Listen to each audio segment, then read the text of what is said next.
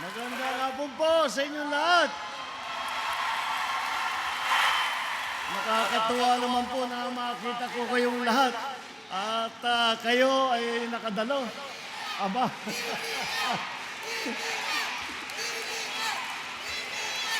Sa, mukhang campaign period na talaga rito sa Cavite. Maraming salamat. Maraming salamat. Maraming salamat sa... Ohoy! Maraming salamat. Napakainit naman ng salubong na natanggap ko. Maraming salamat. Lagi naman pagka ako'y dumadalo ng lalawigan ng Cavite, ay nandiyan kayong lahat at lagi nyo ako sinasalubong ng malalakas na sigaw at magagandang mga ngiti. Kaya maraming salamat po muli. Alam niyo po, ang sadya po namin dito, kaya kung makita po ninyo, kasama po natin ang mga iba't ibang cabinet secretary. Sila yung mga kalihim ng mga iba't ibang departamento. Andito po si Secretary Kiko Laurel ng Department of Agriculture. Andyan po si Secretary Benny Laguesma ng DOLE. Si Secretary Ted Herbosa naman ng Department of Health.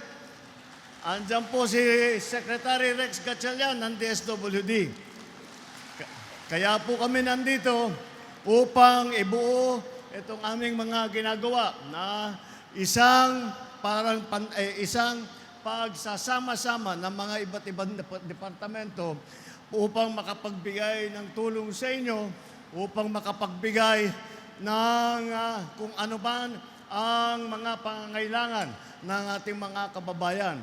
Alam niyo po, ang nangyari po sa ating pamahalaan ngayon, ang aming ginagawa ay kinilala kagad namin na hindi siguro kaya ng isang departamento lamang ang problema na hinaharap ng taong bayan.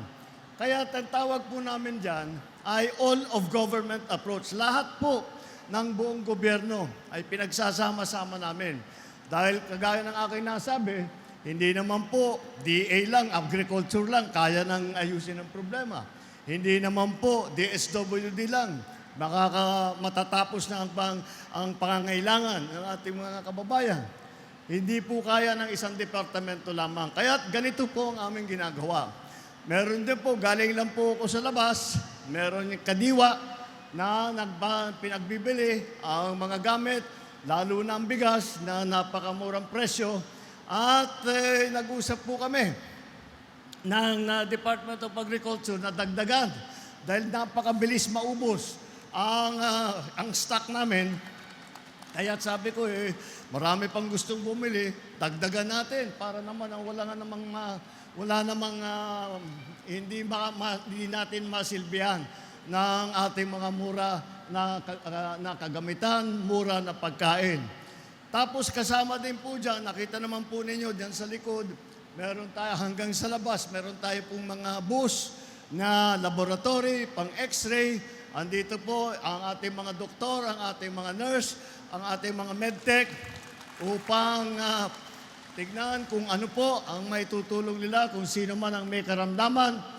Ay nandito po, hindi lamang po ang pagpagamot, pati na ang pagbigay ng mga dokumento, kagaya ng mga ID ng PhilHealth, upang hindi na po kayo mahirapan na hahanap-hanapin pa ang inyong mga pangalan, maipakita nyo kaagad yung inyong hawak na ID card, maayos na kaagad.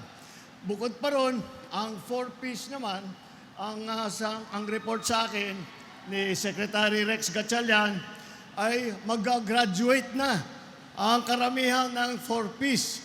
Ibig sabihin, gumanda na po ang kalagayan ng kanilang buhay at hindi na po sila nangangailangan ng ganong klaseng tulong.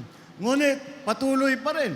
Kahit na nag-graduate na sa 4Ps, meron naman tayo ang proyekto ng DOLE. Andito po ang parang job fair. Ang job fair ay doon naman sa labas, meron tayong mga livelihood project na nanggaling sa TUPAD. At ito po ay upang tumulong sa mga nawalan ng trabaho o gustong magsimula ng kahit na mga kung ano-anong negosyo, ay tinutulungan natin. Doon sa labas, puro sewing machine ang nakita natin. Tapos yung pang mga iba't ibang kooperatiba na gumagawa ng iba't ibang produkto ay binibigyan din ng tulong ng DOLE. At yan po ay pinagsama-sama na namin. Ito po para naman ay hindi na po kayo kailangan aabangan ninyo yung medical mission. Tapos uuwi. Tapos sa next week, babalik na naman kayo para sa job fair. Tapos the next week, babalik na naman kayo para sa tupad. Pinagsama-sama na po namin at mabuti naman po at kayo'y nandito. Kaya po ako'y nadaan upang tignan at tiyakin na maganda ang takbo at ang inyong pangangailangan ay aming nabibigyan ng pansin, aming natutugunan ang mga problemang hinaharap ninyo. Asahan po ninyo at ang inyong pamahalaan ay lagi pong nandito, lagi pong nag-aalalay po sa inyong lahat at asahan ninyo, hindi po kami aalis hanggat kayo ay nangangailangan ng tulong galing sa pamahalaan. Nandito po kami lagi. Maraming salamat po. Magandang hapon po, mga Pilabas Marinas, Tiga Cavite.